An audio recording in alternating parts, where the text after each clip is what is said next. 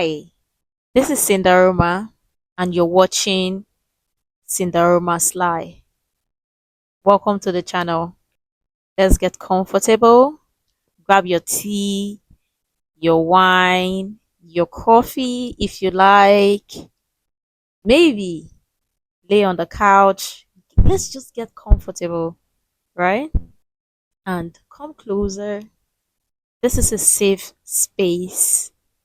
Welcome to the channel once again. And from the look of it, from the title of the video, you're ready. How to set boundaries without feeling guilty. Yeah, that's right. You ever say yes when you're screaming no inside?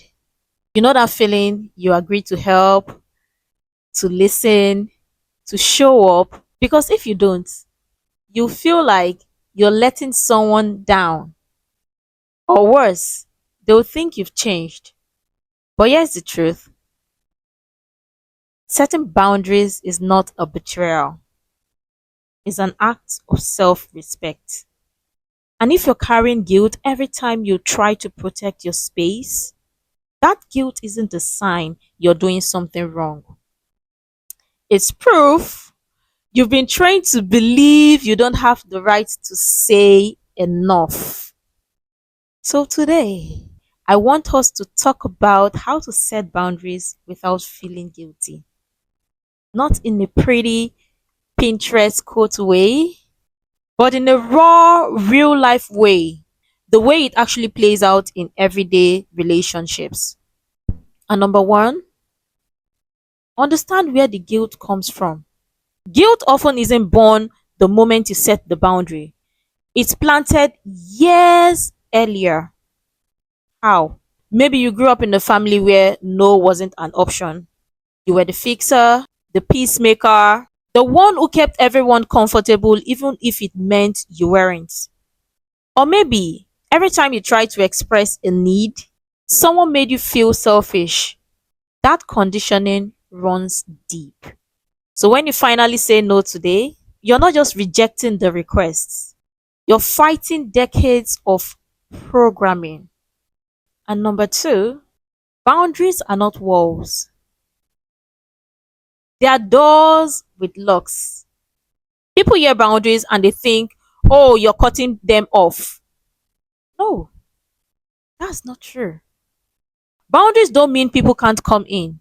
It means they can't come in unannounced and uninvited.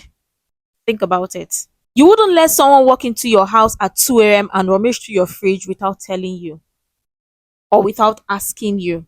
So, why do we let people do that over our time, our emotions, our energy? Number three, script your boundaries before you need them. In the heat of the moment, it's hard to come up with the right words, right? That's when you either explode or fold. But here's the trick: prepare your lines in advance. Instead of a blunt no, try, I can't commit to that right now, but I appreciate you thinking of me. I'm not available for that, but I wish you the best with it.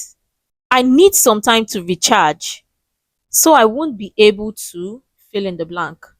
Notice clear, firm, but not aggressive. That way, you're not apologizing, but you're also not inviting negotiation. And number four, expect pushback and don't take it personally.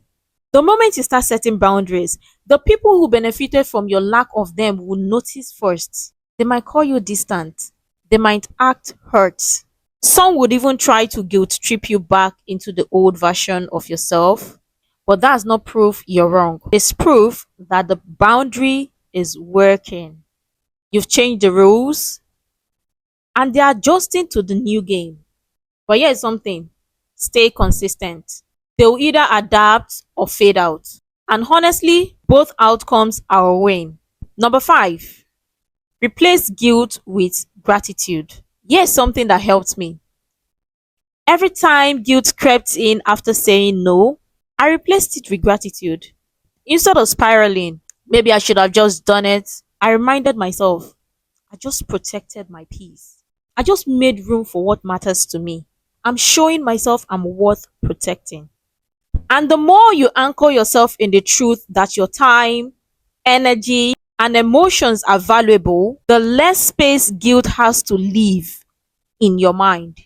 And number six, start small, then scale. You don't have to begin with a life altering no. Start with small boundaries. Decline a call when you're not in the mood to talk. Say no to a last minute favor when you already have plans for yourself. The more you do it, the more your nervous system realizes the world didn't end. The relationship didn't shatter. You didn't lose everything. In fact, you gained something. You gained yourself back. So the next time guilt knocks after you set a boundary, remember your worth is not measured by how much of yourself you can give away. If this hit home for you, let's keep this conversation going. Drop in the comments. What's one boundary you wish you could set without guilt? And if you know someone who is pouring from an empty cup, send them this video. It might be the permission they didn't know they needed. This is Cinderoma. You're watching Cinderoma Sly.